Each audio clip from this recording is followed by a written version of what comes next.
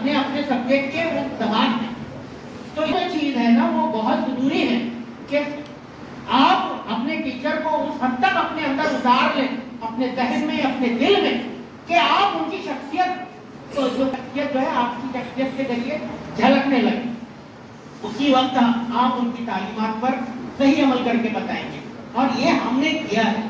मैं कहीं पर जितनी बात आपसे करता हूँ तो कहीं उनकी शख्सियत का आप मेरे उस शख्सियत में दिखा। हम लोग जो आपको सिखाने की कोशिश करके नमूना है।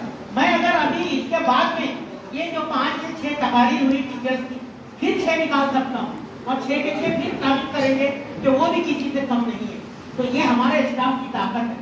लेकिन बच्चों, मैं ऐसा समझता हूँ कि जब इतने काबिल असातिज़ा जो किसी यूनिवर्सिटी में अगर जाए तो इनको हाथों हाथ लिया जाए, वो जब आपको तालीम दे रहे हैं तो उनकी कितनी कदर आपने करना चाहिए, किस कदर आपको उनकी अहमियत का अंदाजा होना चाहिए।